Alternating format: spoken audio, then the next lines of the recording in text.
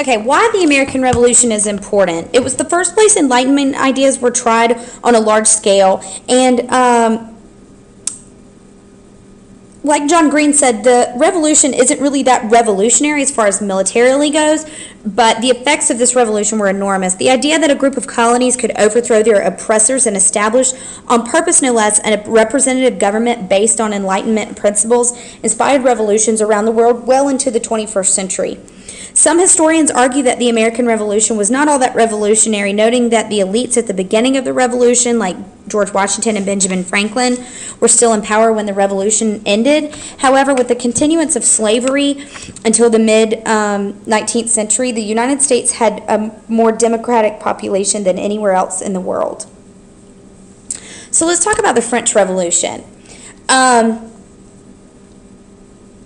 Soon after the American Revolution, the French revolted against their king. But in contrast to the American Revolution, the struggle was not a colonial one.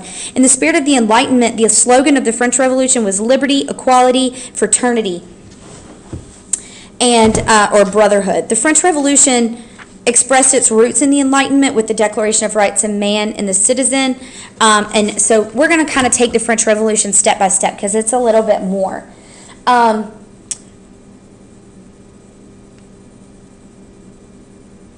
French society during the 18th century was divided into three classes or estates. The first estate was the clergy, and it comprised a little more than 1% of the population and paid no taxes.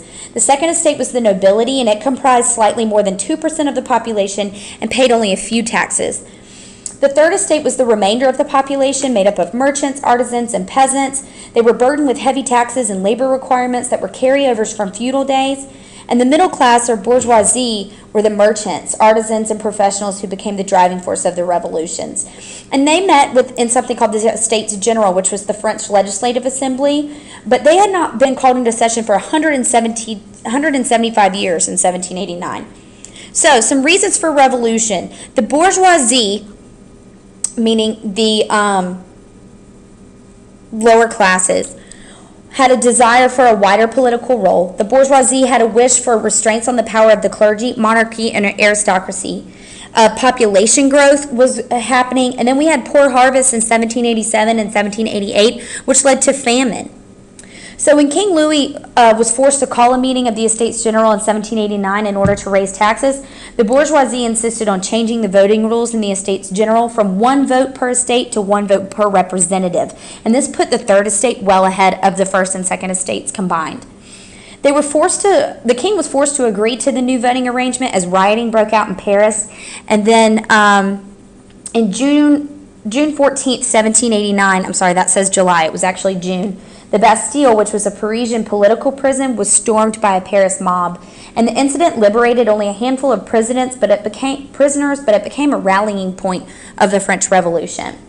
The new bourgeoisie dominated National Assembly issued the Declaration of the Rights of Man and the Citizen, which was a document whose content bore a resemblance to the clauses in the Declaration of Independence and the U.S. Constitution. The French Declaration identified natural rights as liberty, property, security, and resistance to oppression, and a new constitution guaranteed freedoms of the press and of religion and increased voting rights.